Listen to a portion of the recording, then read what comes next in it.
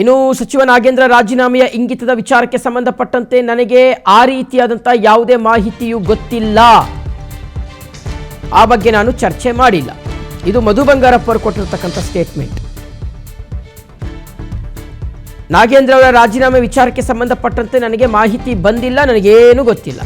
ಮಧು ಬಂಗಾರಪ್ಪ ಅವರು ಹೇಳಿರುವಂಥ ಮಾತು. ಮಧು ಬಂಗಾರಪ್ಪ ಅವರು ಹಿಂಗೆ ಹೇಳೋದು ಬಿಡಿ, ಯಾವಾಗಲೂ ಏನಕ್ಕೆ ಅಂದರೆ ನನಗೆ ಗೊತ್ತಿಲ್ಲ ಅಂತ. ಸೊ ಈ ಬಗ್ಗೆ ನಾನು ಚರ್ಚೆನೂ ಮಾಡಿಲ್ಲ ಅಂತ ಹೇಳಿದ್ದಾರೆ.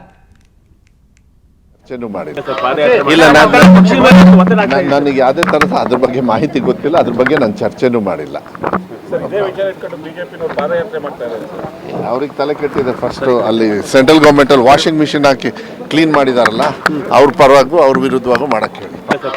ಇಲ್ಲ, ನನಗೆ ಯಾವುದೇ ಥರದ ಅದ್ರ ಬಗ್ಗೆ ಮಾಹಿತಿ ಗೊತ್ತಿಲ್ಲ, ಅದ್ರ ಬಗ್ಗೆ ನಾನು ಚರ್ಚೆನೂ ಮಾಡಿಲ್ಲ.